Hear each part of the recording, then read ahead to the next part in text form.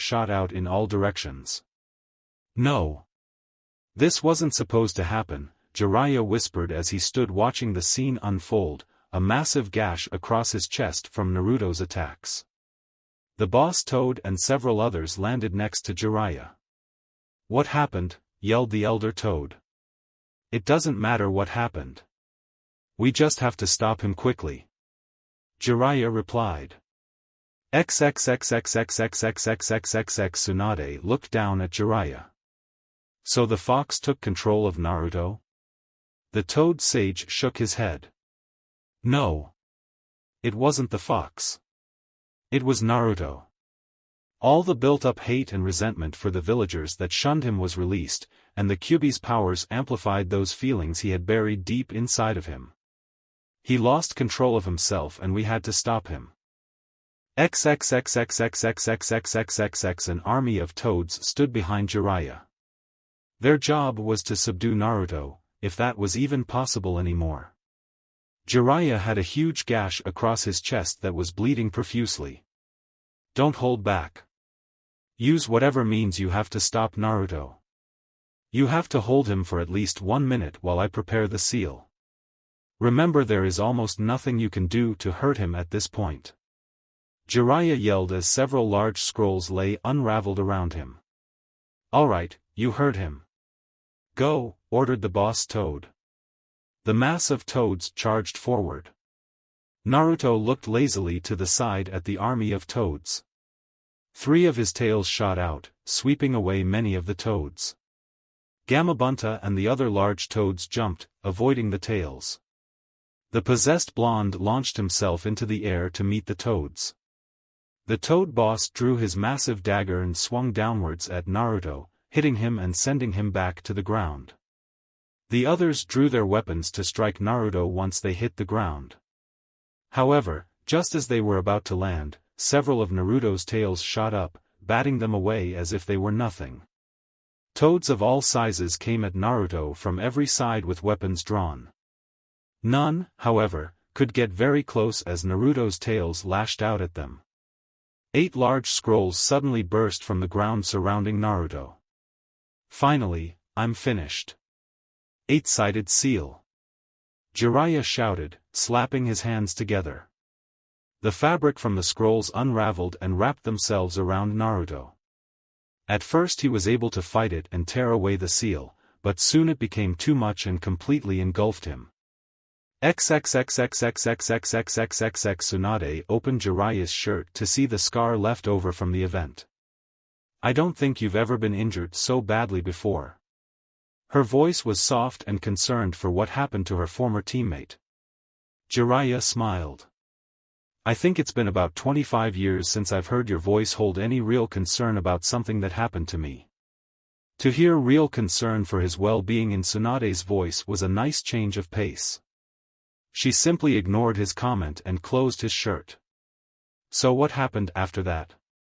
Naruto asked me to completely seal off the Kyuubi's powers until we came back to the village. During his training he injured himself so many times, I'm honestly not sure how he is still alive. He'd often go out in the middle of the night when no one was around to train on jutsu he was making from scratch. Even though the fox's power could help him heal, he was honestly too afraid to let what happened before happen again.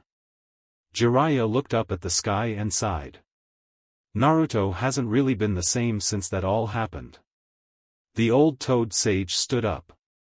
Tsunade felt bad for the boy even though he easily got on her nerves. Come on old man, let's get a drink, she said, walking off. XXXXXXXXXXXX What was mom like? Hanabi was curled up next her sister. She had never been able to really meet her mother, as she had died when she was still just a baby. She was a very kind and caring individual. I wish she was still here. Hinata really missed her mother. Nothing in her life had stayed the same since she passed away. Perhaps everything would have turned out differently for all of us if she were still here. I've never even seen a picture of her. Really? Hinata never knew her little sister had never seen a picture of their mother. When you get home, look under my bed, you'll find a family photo of us. Was Dad different than he is now? Back then, I mean. Hanabi was curious as to whether or not her father once acted differently than he does now. Dad used to smile back then. Hinata thought about those times. They were the only fond memories she had of her father. Father, smiling? I can't even imagine what that would look like. Hinata looked towards the window in her room. Yeah, seems like another life now, she said distantly. What are you talking about? When you get older you'll be head of the clan, things will be different. The elder Hyuga's sister hugged her younger sibling. No. I'm sure I won't be the next clan head. That job will be yours once you're older. Hanabi slid out of bed and walked towards the room door. She stopped just short of the door. Are you really alright with the way things are? Aren't you angry? Hinata smiled. Other than being stuck in here, I'm very satisfied with how things are. XXXXXXXXXXXX. The sun had begun to set. Naruto stood looking out of his hospital window. He wondered if everything would go back to normal once Hinata was out of the hospital.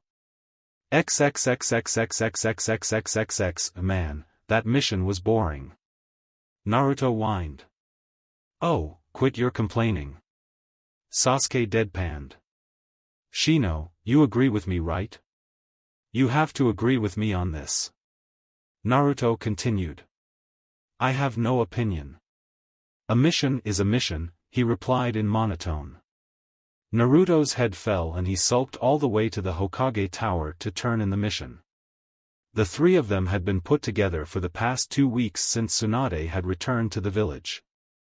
The trio had been sent out on one mission after the next, sometimes receiving multiple missions at once. They had been praised by their peers as a very effective team even though Naruto and Sasuke argued constantly. As they were about to enter the Hokage's tower, Naruto stopped. Hey, you guys, give the report, I'm going to grab something to eat. Don't you dare do this to me again, Naruto. Sasuke shouted. However, his words fell on deaf ears as Naruto disappeared in a swirl of leaves, a grin on his face. Damn it. I'll get him for this. Sasuke mumbled. XXXXXXXXXXXX. Hayashi was sitting in his office going over recent events, like the invasion of Suna and Oto. Hiruzen had stepped down as Hokage, and Tsunade's coronation to be the 5th Hokage had just ended the other day. He now had some time to reflect on what had happened up until now. Why was Naruto looking at my daughter like that in the stands? It's as if, no. Those two couldn't be, wait. That time at the hospital. I did see him. Hayashi was brought out of his thoughts when the Hyuga elders walked into his office. Well, this is unusual, seeing you all here in my office, Hayashi stated plainly. We are here to inform you that we have come to a decision on your daughter's fate in this clan. In the past we agreed to see which of your 2 daughters would be the best leader of the clan. And with Hinata's poor performance in the Chunin exams, we have finally come to a decision on the matter. All the elders but the one that had been talking remained silent. Hayashi knew this was coming. In the past he had made that excuse, just to save his second daughter from being sealed. Now, because of that, it had come back to haunt him in the form of his first daughter being sealed. Just as your brother was sealed, so will be your first daughter Hinata.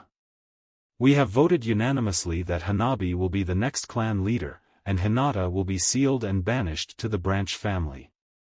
The elders only nodded in agreement, showing it had actually been agreed upon. Hayashi showed no outward emotion, but inside he wanted to kill them for even saying that, let alone planning on doing it. He may have not been the best father to his eldest daughter, but he never wanted this for her either. At the moment, with the village in the shape it was in, he could not start a conflict within the clan. It would hurt the village and the clan. But what was he going to do? He couldn't just leave his daughter to such a fate. I see, so you all agreed. Very well, as her father and leader of the clan, I will inform her of what is to come, Hayashi stated.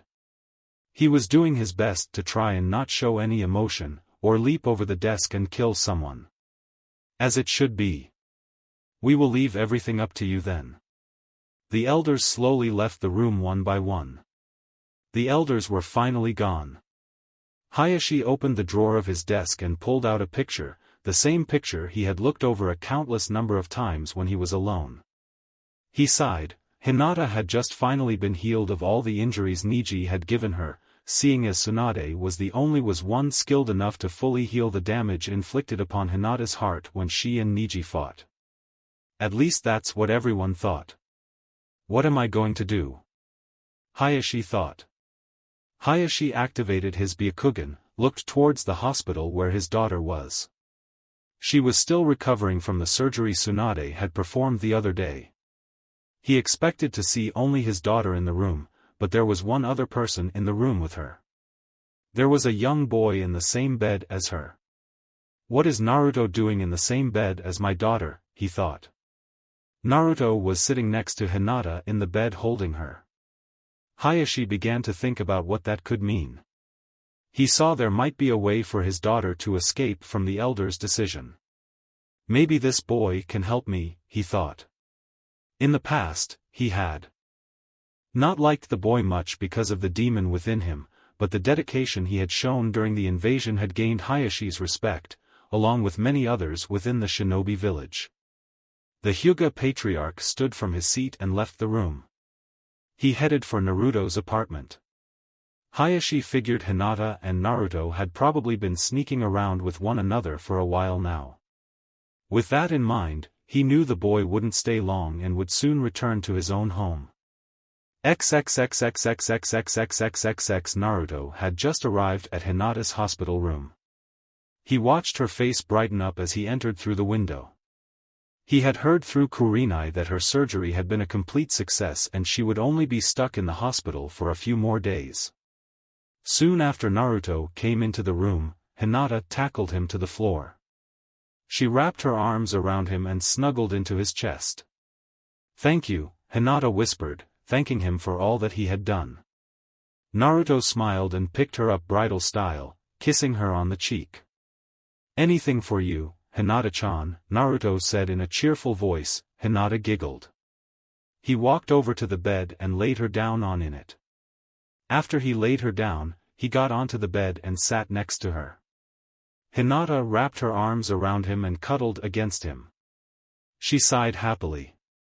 This was one of the few times Naruto was able to come to visit her since they returned to the village with Tsunade. "So, has Tsunade been nice to you?" Naruto asked. "Yes, she was very nice," Hinata said happily. Naruto had a big foxy grin on his face. "That's great, Hinata-chan. When do you finally get out of here?" Tsunade said it would be a few days till I would be fully recovered from the surgery and be well enough to leave and do normal everyday activities. "That's awesome!" Naruto exclaimed. Naruto suddenly felt like he was being watched. He dispelled most of the clones that were watching the building itself and the door to the room. When he gained their memories, he found no one was watching them. "So, Naruto-kun, how have you been?" Hinata asked. "You never really visited much while I was in here." Naruto sighed and tightened his grip. "I've been fine, and it's not like I didn't want to come. There were just too many people coming in and out of the room, then all the missions, I just couldn't," Naruto replied. Before she could reply, the two heard someone coming. "Naruto, you've got to go. Someone's coming," Hinata whispered hurriedly. Naruto kissed her quickly on the lips and ran to the window. "I'll see you tomorrow, Hinata-chan." Naruto disappeared out the window just as the door opened. Tsunade walked into the room just as Naruto disappeared. She had no idea he was there just now. "So, Hinata, how are you feeling?" Tsunade asked. XXXXXXXXXXXX Man, why does Bachan have to ruin the moment, Naruto thought. Naruto was walking back to his apartment. He didn't feel like training right now, so he just walked through the streets of Konoha. Most of the buildings were still damaged from the invasion by the Sound and Sand village. Many of the civilians were more afraid of him than anything now, since he beat Niji, Sasuke, and Gaara of the Sand village. Thankfully, though, the shinobi of the village respected Naruto now, because of the dedication he had shown during the conflict. Arriving at his apartment, sighing as he walked up the steps. When he arrived, he noticed the door was partially opened. He gripped the hilt of his sword, just in case he needed to use it. He opened the door to see nothing was missing or thrown around. Quietly shutting the door behind him, he walked to the kitchen area. He found Hayashi Hyuga sitting at the kitchen table, drinking some tea.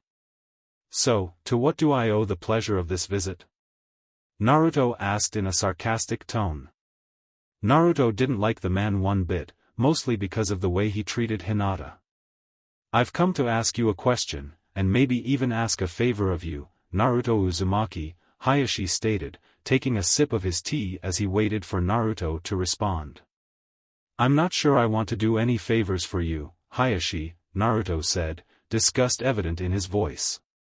"This request has nothing to do with me, boy, but everything to do with my daughter, Hinata," Hayashi said in a calm tone. Naruto stiffened slightly at hearing Hayashi's words. "I see. I'll get straight to the point, Naruto. The clan elders have decided that Hinata will be sealed and banished to the branch family for her poor performance in the Chunin exams." Hayashi saw Naruto's face go from neutral to angry in a quarter of a second. "What do you mean? How can you do that to your own daughter?" Naruto shouted, slamming his hands down on the table. "This was not my choice, Naruto. I've made up many excuses over the years to keep this from happening. However, with Hinata's recent performance in the exams, as I've stated, and the invasion that occurred and left our ranks diminished, the elders found it the perfect opportunity for them to go through with this idea." Hayashi sighed, and took a sip of his tea. "However, the fact is that it's Hyuga law that there be only one successor born from the head, while any other child is sent to the branch clan. Normally that would be the second born. Naruto, this is where my request to you comes in. I know you do not see my daughter as just a friend and teammate, but as something much more. In addition, I know she sees you as more than that as well. Earlier today, after the elders gave me their decision, I saw you two in the hospital room with my Byakugan. I knew someone was watching us," Naruto mumbled.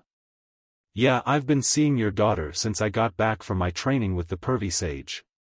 Normally, I would kill someone for such a thing. But seeing as she most likely trusts you more than anyone else, I want you to take my daughter away from this place, far away from this place, where the elders cannot possibly find her." "What? Why would you trust me with your daughter?" Naruto asked. "I am a monster to most people, after all." Naruto was honestly confused by Hayashi's words. "Because you are the only one I can ask such a thing from. Would you not like to have an open relationship with my daughter?" Hayashi asked in a somewhat amused tone. "Of course I would. I would like that very much, and so would she. It's just, Naruto, I did not come here as a clan leader, a ninja, or any such thing. I came here as a father, who wants to save his daughter from a cruel existence as nothing more than a slave. So will you take my daughter away from this place?" "Of course. Hinata is everything to me," Naruto replied. "When I'm gone, will I be made into some type of criminal?" "More than likely, yes. They will most likely think you kidnapped her and considering your tenant label you an S-class criminal. But if you decide to return in a few years or so when the village is not in dire straits, I will see to it that the charges are lifted. You do realize if I do and we do come back, I might be calling you Ota-san." Naruto was highly amused at that aspect of Hayashi calling him son. Hayashi smirked, "Even if you marry my daughter, don't ever call me that." Hayashi took out 3 scrolls from his clothing and handed them to Naruto. "What are these for?" Naruto looked at the scrolls. "I see they have blood seals on them." "Very astute of you to notice, Naruto. Yes, these are blood seals. These are the last things I can give to my daughter. They are the main house jutsu, my personal copies to be exact." "I see. So, Naruto, do you have any place where you two can go where we can't find you? Yes, I do, Naruto replied, not saying where. Just as well I don't know. Hayashi stood up just as he finished his now cold tea. I do have one more request for you, Naruto. What might that be, Hayashi? Do not tell my daughter I was the one who gave you those, or the one to tell you anything of this. Why? I think that would make her happy. Maybe so, Naruto, but I've never been much of a father to her, and it's probably for the best that she never knows. It will make it far easier for her to cut her ties with this place. Naruto sighed. He could understand what Hayashi was trying to say. I understand. I'll make up a story in case she asks. I've said this to very few people, Naruto, but thank you. Now I must go inform my daughter of the elder's decision. Hayashi disappeared from the room. Do you finally understand what I was trying to say a few months back?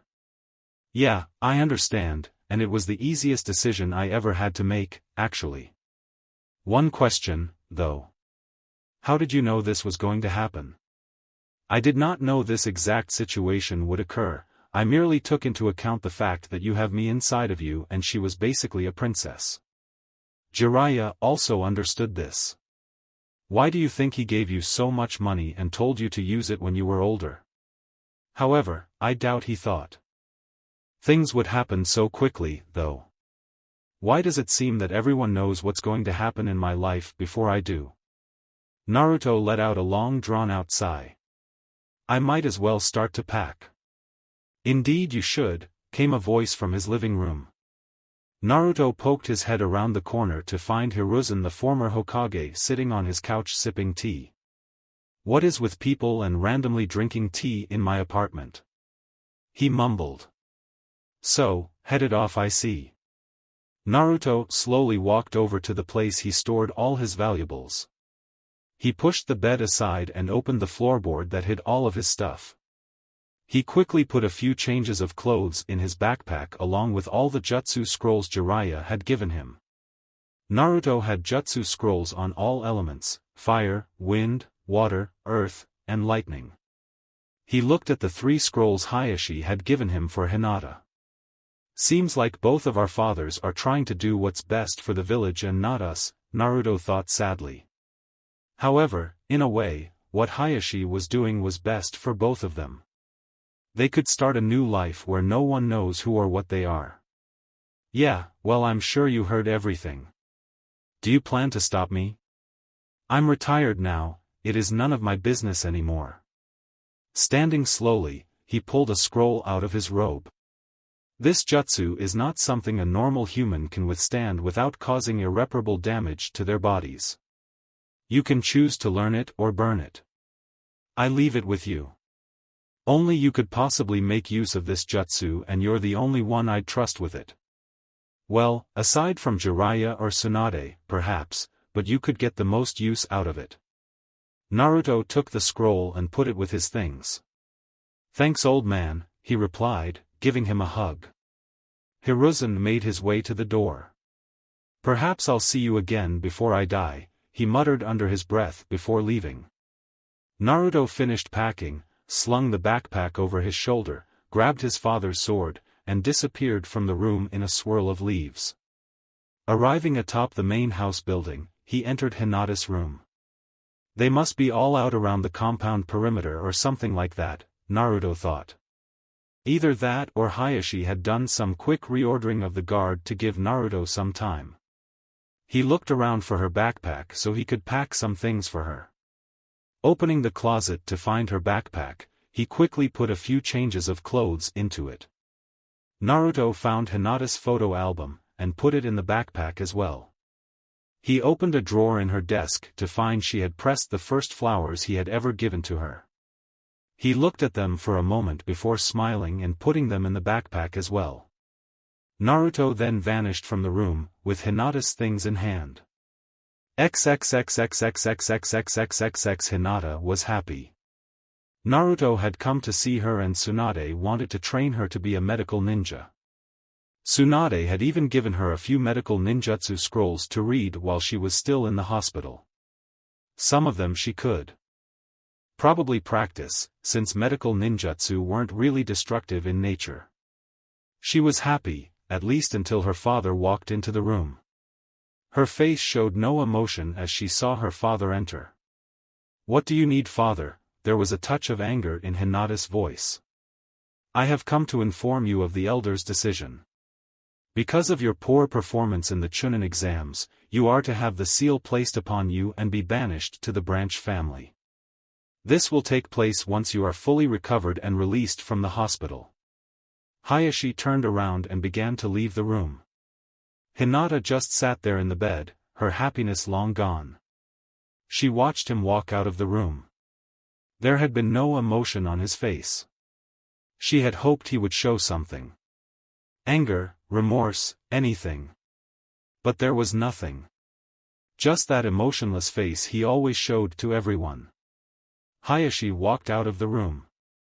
He told a nearby nurse that Hinata was not to be disturbed for the next few hours, as she needed time to think.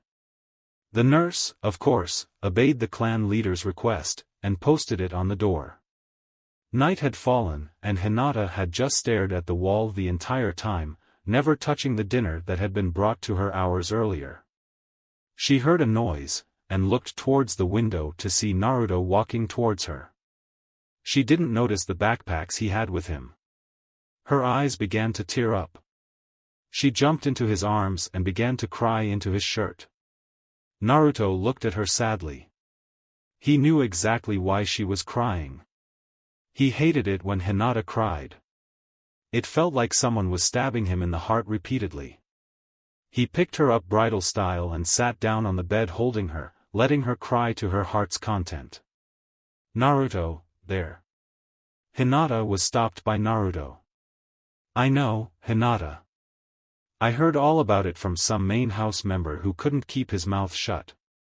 Hinata finally looked over at the window to see her backpack and his, ready to go. Naruto looked into her pale lavender eyes. "To answer your question, Hinata-chan, yes, we are leaving the village. For how long, I really don't know. I'm not allowing them to harm you any more than they already have. I promise." Hinata stopped crying after hearing Naruto's words. She trusted him more than she trusted anyone else, and the promises he made were absolute. "But Naruto, they will mark you a criminal," Hinata said, concern evident in her voice. Could be worse, I guess," Naruto replied jokingly. There was great confidence in his voice, which managed to relax Hinata. "I told you I wouldn't let them harm you anymore. If that makes me into a criminal, then so be it. What about becoming Hokage? Wasn't that your dream? I'll just have to put that dream on hold for now. My priorities have changed." Naruto had a smile on his face as he spoke to her.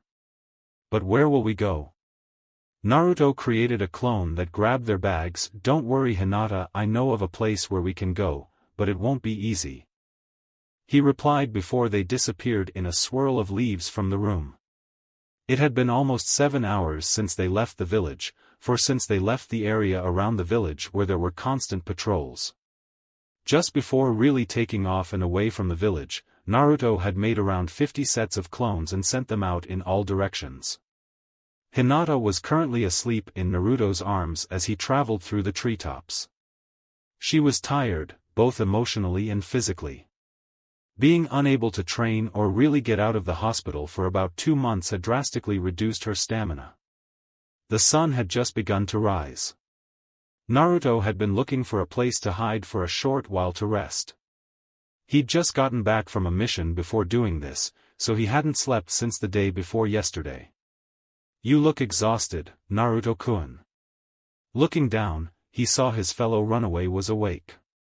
He gave a tired smile. "I just got back from a mission yesterday, so I haven't slept in a while." After stretching her arms, she wrapped them around his neck.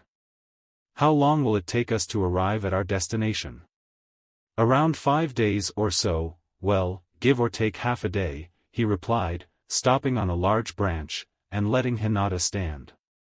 They stood and watched the sunrise. "So pretty. Hinata said, putting her arms around her boyfriend's waist as they watched the sunrise.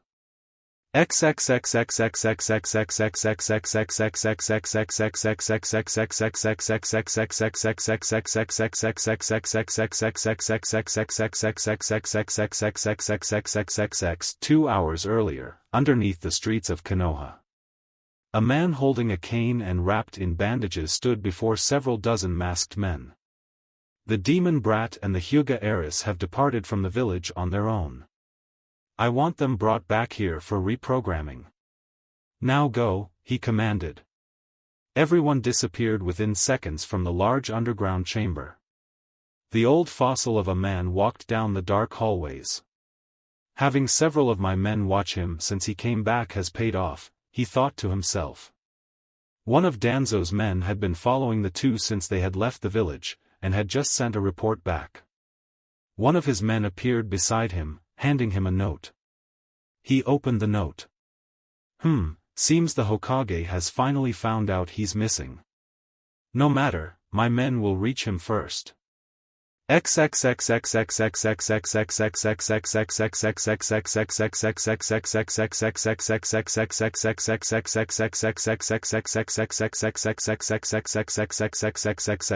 It was early in the morning.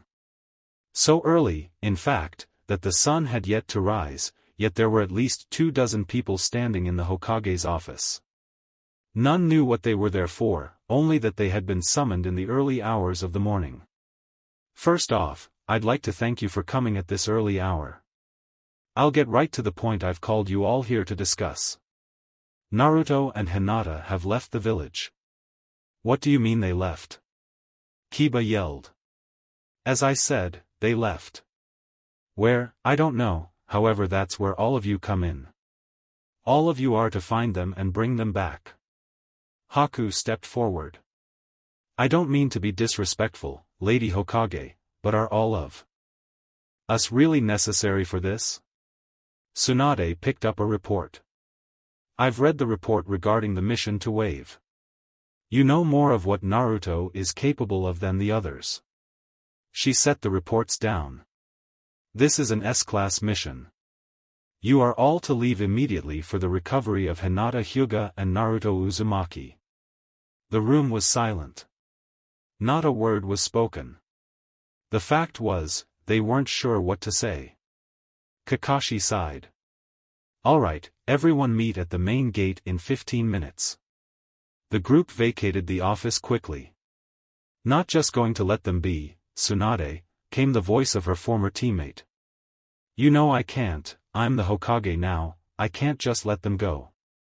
Personally they've both had pretty crappy lives and deserve better. If they were anyone else, I could just overlook it.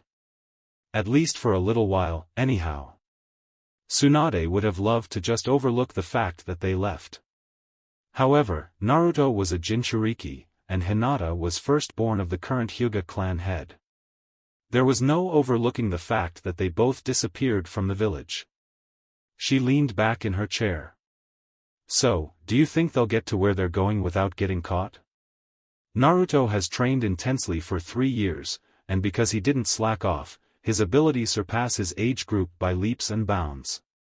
To be honest, I think even Kakashi will have his hands full trying to capture Naruto.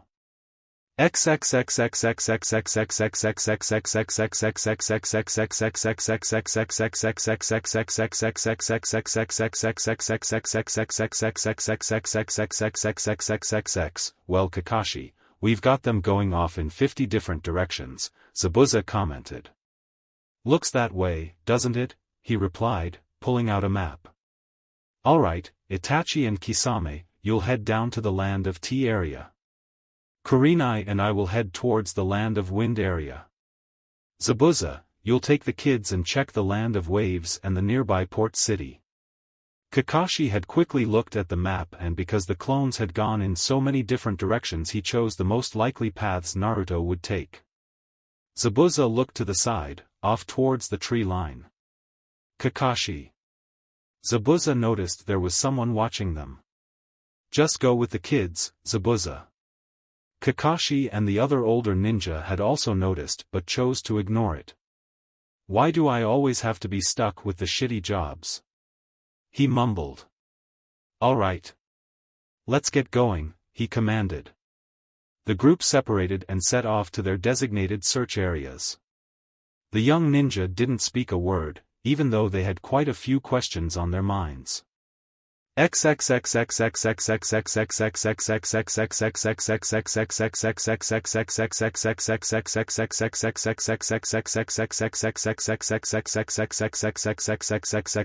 So Naruto and Hinata have been dating all this time? Kiba asked. The young Inuzuka had always had a bit of a crush on Hinata. Looks that way, Sasuke replied. I never would have guessed those two were actually dating. I mean, did anyone ever really see them talking together at all? Sakura questioned as she launched herself from one branch to the next. I'd never seen them really talk in public, Chuji chimed in. Niji looked over at Shino. You knew. Didn't you? I did, he replied, and you didn't think any of us would like to know that, asked Tenten. Shino adjusted his sunglasses. I really didn't care if all of you wanted to know. It simply wasn't any of your business. They kept their relationship to themselves for obvious reasons, and I, as their teammate, kept it to myself. The relationship they shared never hindered us on missions, so there was no reason to say anything. Zabuza was annoyed by the conversation. All of you need to be quiet. Why are you lot so concerned about their relationship? We're ninja, our lives tend to be short.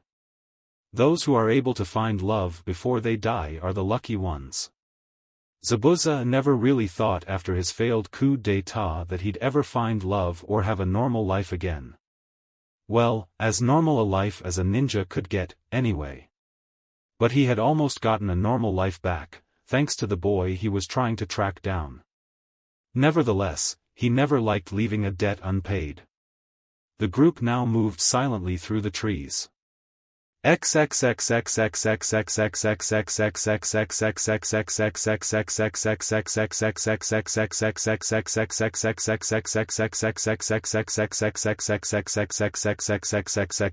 Present.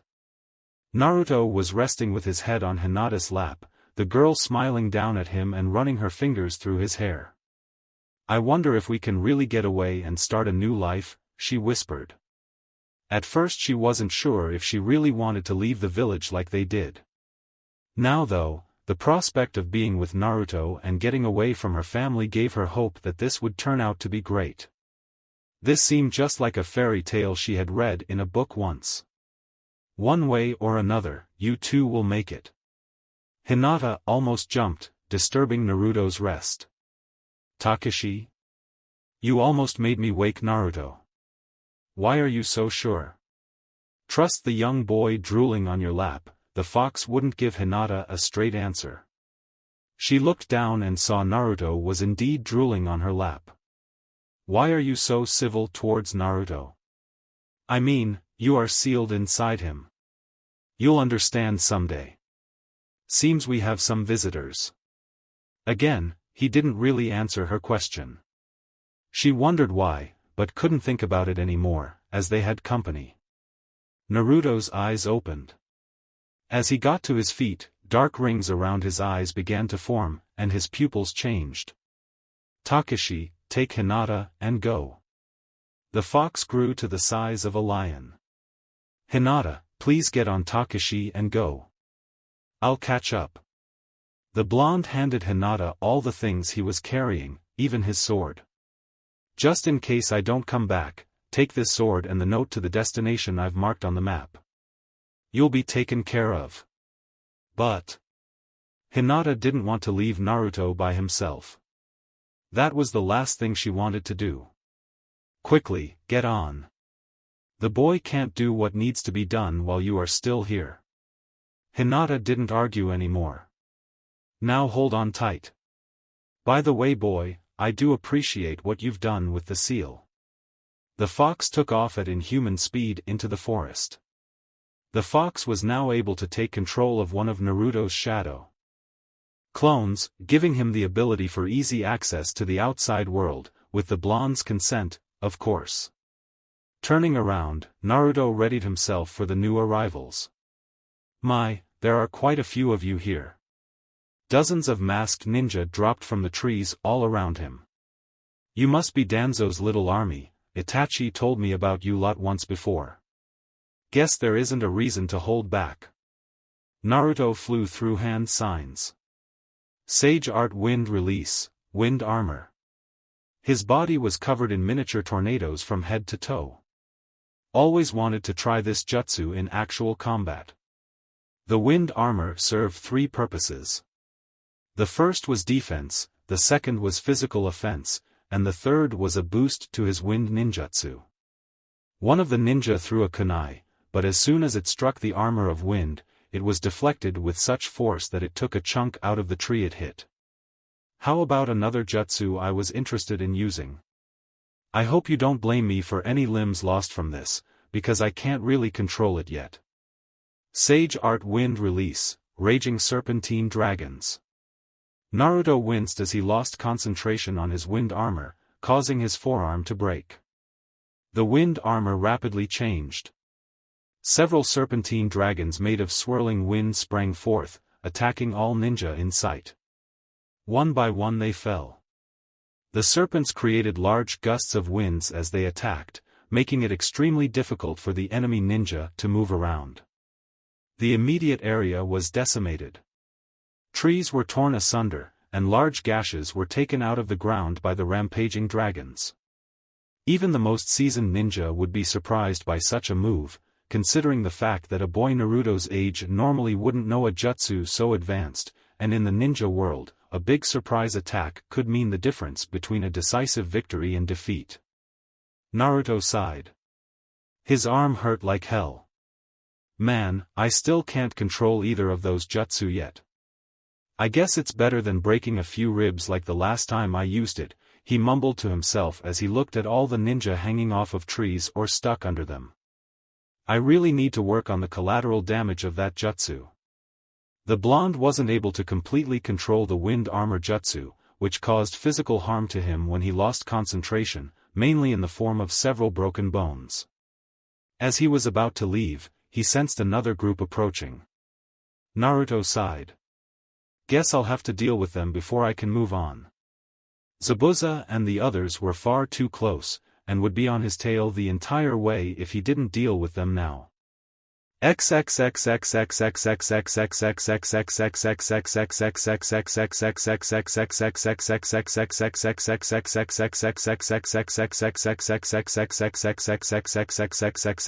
Underneath the streets of Konoha. Danzo sat at his desk, looking at a scroll. He watched as many marks on it disappeared suddenly. So, it was wrong of me to send such low-ranking men. The boy is far better than I gave him credit for. No matter, if he's doing this for that Hyuga girl, next time I will just get to him through her. Danzo could wait. He could withstand his plans being delayed a little longer. He'd waited for decades now, after all.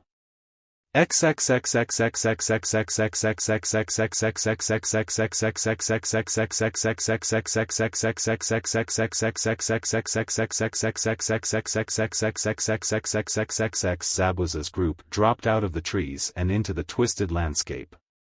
What happened here? Sakura asked aloud. The others looked around at the masked ninja that were lying everywhere, some crushed under trees, others hanging off the broken tree branches and trunks. One of them had even been torn in half. It was quite the sight, something they had never seen before, save for Zabuza and perhaps Haku. Well, looks like everyone is here, came Naruto's voice. He walked out from behind a tree that had been ripped in half. I suppose you guys can't just let me go, huh? You know the rules, Naruto, Zabuza replied, gripping the hilt of his sword. Naruto looked down at the ground and sighed. Yeah, guess I do. He reactivated his sage mode as he raised his head and took a defensive stance. Even if you stop me, you'll never catch Hinata now, he yelled, projecting an immense killing intent. The blonde went straight for Neji, as he still held a deep-seated hatred for the boy for what he did. Naruto's friends were stunned. They couldn't move. They could barely even breathe under the immense pressure of the killing intent. Zabuza appeared in front of Neji and blocked Naruto's kick with the flat of his blade. The hit was so heavy it pushed him back a few feet. "That was some kick, kid," Zabuza yelled excitedly. He didn't really want to bring Naruto back, but he was always looking for a challenge. "Hey, the rest of you. Get a hold of yourselves," he yelled at all the young ninja, snapping them out of their stupor. Naruto jumped back, and when he landed, he was met with a kick from Rock Lee. However, Naruto stopped it by grabbing his ankle. "Nice try, bushy brows." He spun around and threw Lee into the trees. The blonde jumped up into the air just as dozens of ice needles rained down on where he just was. "I'm sorry, Naruto, I'm grateful for the second chance you've given me and Zabuza, but we have our orders, and I have something I wish to protect now," Haku said as he disappeared into one of the many ice mirrors that had begun to appear all over the battlefield. While Naruto was in the air, Sasuke shot up after him, Chidori in hand. "Why did you abandon the village and everything you've done?" he yelled. The raven-haired boy didn't understand why Naruto would give up everything he had accomplished. "Simple, Sasuke. I have someone I wish to protect above anything else," he replied calmly, grabbing Sasuke by the wrist, avoiding his attack, and throwing him back to the ground. Sasuke was unable to right himself, and he crashed into the ground. The blonde landed on top of a tree. Dual piercing fang. Two miniature tornadoes came hurtling at Naruto. The blonde disappeared and reappeared on the ground, only to be struck by a giant fist from Chuji, which sent him flying into a tree. Neji appeared in front of Naruto. 8 trigrams, destructive mountain fist. He slammed his palm down onto Naruto, pushing him into the ground and creating a cloud of dust that filled the air. When the dust cleared, there was nothing there. Well, that was fun. They all turned around to see Naruto sitting on one of the broken trees. It looked as if he had never even been touched by Chuji or Neji. "Shall we begin round 2? Just then Naruto noticed Shikamaru's shadow manipulation jutsu. Finally joining in? "Personally I'd rather not, but I have my orders," he replied. Naruto looked from side to side, he saw Sasuke to one side and Zabuza on the other. An ice mirror began to form about 10 feet in front of Naruto. He saw both Zabuza and Sasuke racing through hand seals. "Seems a little extreme, guys," Naruto smiled the entire time as they prepared their jutsu. Naruto himself prepared his own jutsu as his hands began to glow. Fire release, Grand Fireball. Water release, Water Dragon. Ice release, Ice Spears. They had timed the release of their jutsu as to hit all at one time. Sasuke released his massive fireball, Zabuza's dragon lunged forward and several spears made of ice came forth from Haku's ice mirror. As the jutsu were just about to collide with Naruto, he broke Shikamaru's jutsu to counter his opponents. Wind release, Pressure Wave, he slammed both hands together creating a massive wave of pressure that blew all their jutsu back and knocked everyone off their feet. Naruto winced slightly as that just reminded him of his arm. The pressure wave jutsu was something Naruto has made during his training as he needed a jutsu to counter multiple jutsu from different directions. However, it had a very short range of effectiveness before the wave dispersed too much to be effective, at least at his current skill level. Its current effective range at the moment was only a few feet. "I should really get out of here soon," he thought. He looked to his sides and saw one of his clones in the background give him an almost ready signal. "Good, almost ready, just a little longer now and I can get out of here." So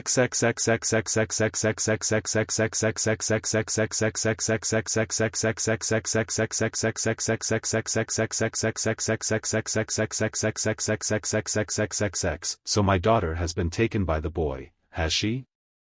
Hayashi didn't sound irritated. He didn't sound like much of anything, just his usual emotionless self. The two sat in the Hyuga Patriarch's office, he in his usual position and Tsunade directly across from him. He knew the seriousness of her words, and while he in part orchestrated the whole thing, there was also nothing that could be done at this stage until the two were brought back. That about sums it up, yes, she replied, then sipped her tea. I see. She must have told the boy what I had told her yesterday. Tsunade raised an eyebrow out of curiosity. What do you mean by that exactly? My clan is steeped in ancient traditions and rules that haven't been changed in many years. Being a senju, you yourself know of old traditions and laws that aren't easily changed. As you know, my twin brother was sealed, as the second born of the head family is branded with the caged bird seal and forced to protect the next head of the clan. That being said, I have 2 daughters. Tsunade nodded, she sort of knew where this was going. I've noticed Hanabi never had that seal placed on her. Yes, that is the case. When she was born, her fate was to be that of my younger twins, but her mother begged the elders not to do it, and I came up with a temporary solution. I proposed that when the girls were older, we would see which was stronger and best suited for being the head of the clan. I had hoped by that time to amend the clan's ways on that matter, but that never came to pass. Hayashi took a sip of his tea before continuing. So yesterday when the elders handed down their decision to me, I had no choice at the moment but to tell her her fate. Well, that explains why. The Hokage sat there with the Hyuga patriarch for a time, silently drinking their tea before some elderly men barged in. Hayashi, have you heard? One of them almost yelled. Yes, the Hokage has just informed me of what has happened. Something must be done, one yelled. We must send everyone to get her back and punish that little demon brat, shouted another. And what would you have me do? He asked the old men. I hear the boy has at least a few hours head start, so sending more out at this point would be meaningless. All we can do is wait and see if those already dispatched can catch up to them. Hayashi was correct. There was nothing more to be done at this point other than sit tight and wait to see what happens. Now see yourselves out, you are being quite rude to the Hokage by intruding. The elderly men grumbled for but a moment, then saw themselves out of the room. They knew they were in the wrong. An Anbu appeared beside the Hokage, knelt down on the floor. Hokage-sama, the council is convening as you've ordered. By the time you arrive, everyone should be there. Tsunade sighed.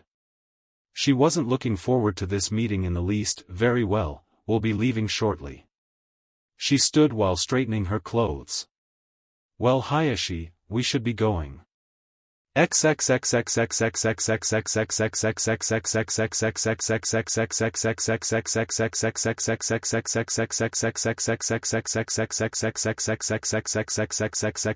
Hinata slipped off the fox on the outskirts of Port City. Looking at the note Naruto left her, she tried to figure out where to go.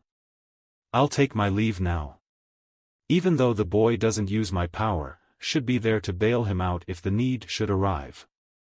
With that said, the fox disappeared in a puff of smoke. I need to find someone named Old Man Shin, she said to herself while reading through the message. She ventured forth into the city to find the person that Naruto trusted. Wandering through the city, she found the dock master's building, which was supposed to keep records of all ships coming into and leaving the harbor.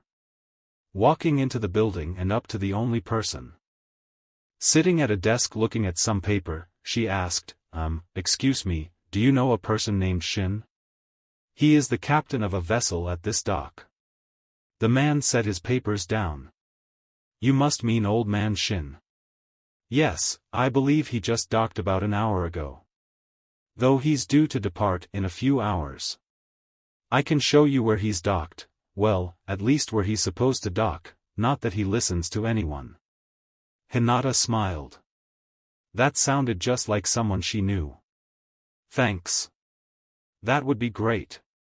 Now let's see, Shin normally uses whatever port makes his deliveries most convenient, and he was supposed to deliver goods to a warehouse on Dock A, so he should be around here on Dock A somewhere. The man mumbled to himself. The two stopped in front of a mid-sized boat, rather old, but well kept. Hey old man. You around? You could hear the footsteps of a large man walking on the deck of the ship growing ever closer. A large man looked over the railing at the dock master and the young girl standing next to him. He had a scar over one of his dark green eyes and gray hair. Well, I'll leave you to it then, said the dock master as he walked off. What do you need? Asked the large man looking over the railing. He sounded very irritated. Oh, stop it, Shin. Came a female voice.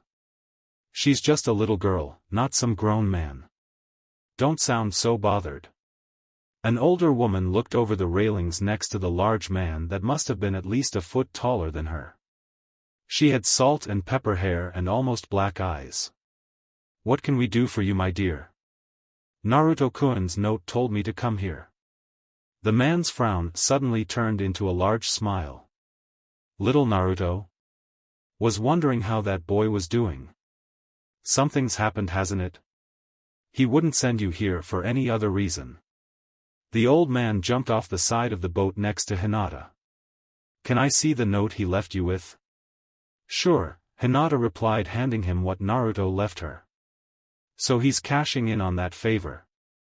Shin looked at the young girl standing next to him. Well, get on board.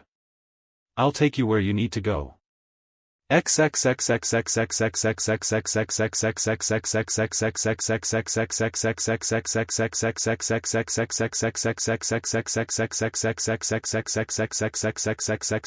Naruto had Niji by the throat, his eyes reflected the disdain that he held for the older boy. Sasuke, Tenten, Kiba, and Chuji were out for the count. They were being tended to by Ino and Sakura, who really didn't have anything offensive to contribute to this fight. Haku and Zabuza hadn't really tried very hard during the fight. Naruto had done his best to not seriously injure his friends. I really wish I could kill you, Niji. You have no idea how badly, Naruto spoke, tightening his grip and causing the boy to gasp for air. His anger began to grow even more as he looked at the Hyuga, so much so his eyes began to turn red. Then why don't you, he gasped. As much as I want to, Hinata would probably never speak to me again. Naruto blocked a sudden kick from Rock Lee by grabbing his ankle. He dropped Niji and delivered a vicious kick to his chest, sending him flying into a tree. Lee attempted to use the fact Naruto was holding him to deliver another kick. However, Naruto blocked that one as well, and slammed Lee into the ground, causing the ground to buckle and crater. Ice release. White wolf, a wolf made of ice and twice the size of a grown man, came running out of the trees. Giant Rasengan. Naruto created a Rasengan 3 times the size of normal. He smashed it into the wolf, creating a large explosion and an even larger cloud of dust and ice shards to go with it. When the dust and ice finally settled, he was gone. Finally, it's ready, came Naruto's voice. 9 clones of Naruto appeared all around the group in a large circle. Barrier, 9 Torii gates. 9 massive red Torii shot up from the ground. Each Naruto clone held paper seals shortly before the clones disappeared, leaving the paper seals floating in the air. Alright, it worked perfectly this time. Naruto cheered, signifying he'd attempted this jutsu in the past and failed. He high-fived a clone that appeared in front of him. Later, he said before disappearing into a swirl of leaves. Zabuza laughed, stabbing his sword into the ground, then sitting on the ground. That kid is just as terrifying as his old man. Sasuke sat up with Sakura's help. You knew his dad? I had a run-in with him once, but you should all know who he is too. He's quite famous in your village, after all. If he was that famous, why weren't any of us told? Asked Sakura. In our world, being famous means having a great deal of enemies, Sakura, replied Shikamaru. Ino's eyes went wide as she put the pieces together. How could a father do that to his own son?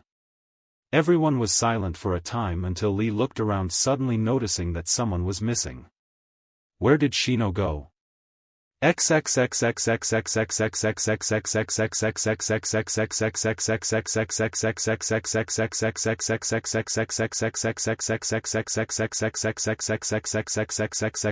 While traveling to Port City, Naruto had created a sling for his arm. Ever since he had dropped Sage Mode, the pain had surged through his arm at a very steady pace.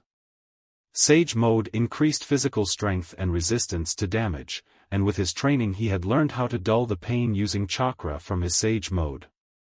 Of course, even with that, he could still feel the pain. Stopping on a branch, it felt as if someone was watching him, and then he remembered Shino was absent the entire battle. "You can come out, Shino." Naruto sat down on the large branch and waited. Shino dropped down from the branches above and sat next to Naruto. The two sat in silence for a few moments. "So, are you mad that I didn't have time to tell you?" Naruto asked. "No." Naruto looked over and saw that Shino was turned away from him, playing with some of his bugs. "He's totally sulking," Naruto thought. "If I actually had the time, I would have told you." Shino continued to ignore what Naruto was saying. Naruto's sweat dropped, but then he had an idea one only he would come up with. "Why? Don't you come with us?" Shino's head popped up. "Go with you?" "Yeah, why not?" Naruto thought it would be great to keep Team 8 together. "I'm sure Hinata would really like it if you came with us." "I have responsibilities to my clan, Naruto. I can't just leave," Shino replied. "Oh, come on. It's not like we'll be gone forever, and there will be lots of new bugs you can study," Naruto said tauntingly. "Well, I'm sure my dad would forgive me if I brought new bug species for the clan back." Of course, what Shino was really thinking was the fact both Naruto and Hinata, unlike almost everyone else, didn't find him disgusting when they found out about his body being a hive for bugs. He was grateful to be paired with both of them and didn't want to let them go. Exactly that. And you don't want to be stuck picking fleas off of Kiba's dog when you get paired with them. The bug user visibly shivered at the thought.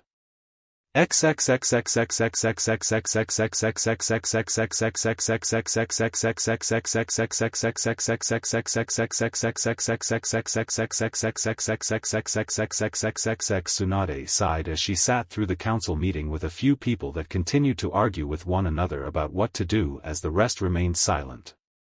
Then someone spoke that had remained silent during the arguing. It was Danzo. "It is clear we cannot allow it to be known that Hinata Hyuga left of her own free will. It would severely damage the Hyuga clan's reputation. Also, with the current circumstances the villages is in since the attack, we cannot even announce that there is trouble in the village's most powerful clan." Danzo spoke with a silver tongue as always, his years of experience and underhanded nature groomed his way of speaking. The room fell silent. "What do you propose?" asked Hayashi. He, in a way, was glad, as he himself didn't have to bring this issue up and potentially implicate himself. "That we withhold that the two have departed from the village for a few days at least. And when we break the news to the village, we tell them that Naruto has abducted the Hyuga heiress, as it would cause too much civil and political unrest if they were told she departed with him willingly." No one wanted to be the first to admit it, but the civilian opinion of Naruto was still rather poor compared to the ninja populace. A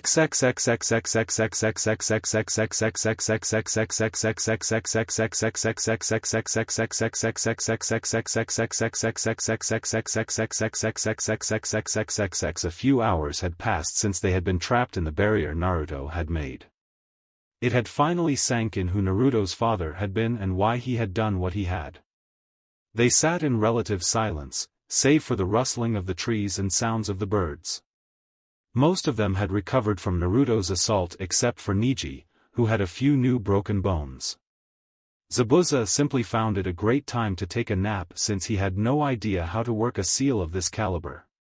He snored away as he waited for someone to come from the village to look for him. The former 7 swordsmen of the Hidden Mist village had grown used to sleeping outside on the ground. So the entire time he was toying with us. During the exams. Sasuke had thought this before, but now that he'd been so soundly beaten along with the others at the same time, it really hit home. What kind of hellish training did he go through for 3 years? That, my boy, is a good question. Everyone looked to see Jiraiya standing on the other side of the barrier. And the answer would be something he put himself through. I taught him everything I knew, and where he took it was entirely up to him. Whether he just wanted to learn it or master it. Jiraiya began to inspect the different paper seals that were floating on the outside of the seal in between the large red torii. I have to admit, the kid sure learned his stuff over the past few years. Took me a hell of a lot longer to do something like this. The Toad Sage finally found what he was looking for. Ah, here we are. He formed several hand seals, causing his right hand to glow. He ripped off one of the seals and the barrier and torii vanished from sight. Zabuza sat up. So why are you here? I received a message from the toads that Naruto had left saying you lot might need a hand. The old Toad Sage grabbed a small scroll. Laying it out on the ground, he quickly wrote something in it before rolling it back up and stowing it in the small pouch from which he retrieved it from. Seems like he's just pouring salt on the wound to me, replied Sasuke.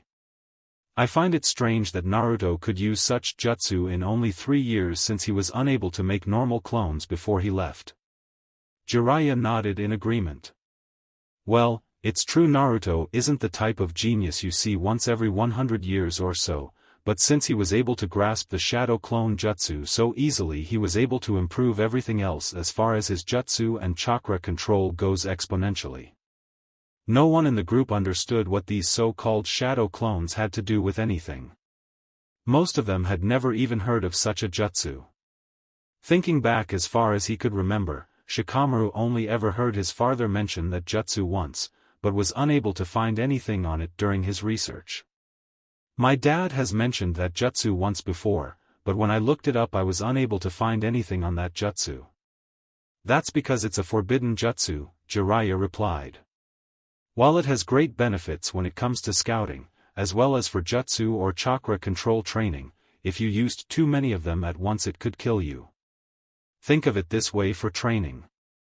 If you made one shadow clone it would cut your training time down for anything that's not physical training by half the normal time. Now say you made several hundred every time you went to train. The lazy ninja's eyes widened as well as the other young ninja. Something that could take you 20 years to master would only take a few months to a year. Jiraiya nodded and said. Exactly.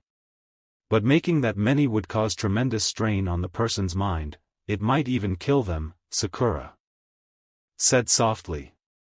I'd suggest from now on you lot take training seriously, that includes you, Zabuza.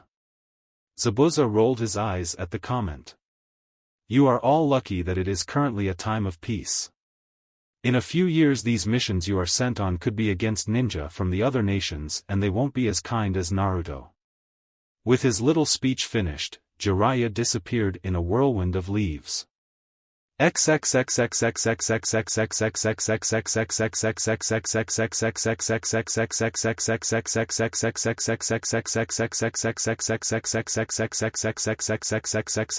Letting out a long sigh, Hinata wondered where Naruto was, as it had been several hours since the two had parted ways. For a time she had paced around the ship before she finally settled down when she took a seat on the mast of the ship. Hinata-chan, you should really come down from there. Looking down, Shin's wife Akemi was standing on the deck of the ship looking up at her. Hinata leapt down from the mast to the deck, landing right next to Shin's wife. Sorry. The old woman smiled. Now, no need to apologize, I know you're worried about him. But he's a strong boy, and he'll be here before you know it. A very familiar voice came from behind the two. So who's this person you're waiting for? Hinata spun around and tackled Naruto to the floor. She hadn't even noticed his arm was in a sling. Sorry if I worried you. What he really wanted to say was for her to get off his arm. She finally noticed his arm was hurt and quickly got off him. Naruto-kun, your arm. He chuckled and scratched his head, trying to figure out what to say. Oh yeah, well, these things happen. He didn't want to ever admit to her it was a self-made injury. Oh, look who decided to join us. Naruto said excitedly, pointing at Shino. She looked over to see Shino. Shino-kun? Yep. We're Team 8 after all. Naruto exclaimed. Naruto made a compelling argument, he replied. The fact was, though, Naruto didn't make a very compelling argument at all. Shino simply made the first impulsive decision in his life. He'd always been very calculating about the moves he'd made, but for this one moment he chose to do what he really wanted instead of what others wanted of him. Alright, enough of this sappy crap, Shin interrupted. Oh? Akemi began. And what about all those times? Shin coughed loudly, interrupting his wife from saying something that would embarrass him. So, where do you need me to take you three? Well, there is only one place they won't look for us. I need you to take us to the land of iron. Thanks for watching. If you enjoyed this video, smash that like button and subscribe for more content. Support the original author by clicking their profile link in the pinned comment of the first video of this series. They deserve the love. Want early access and exclusive content? Join my Patreon community, link below. Your support fuels these videos. Drop a comment with your thoughts, and I'll catch you in the next video. Stay entertained, stay safe.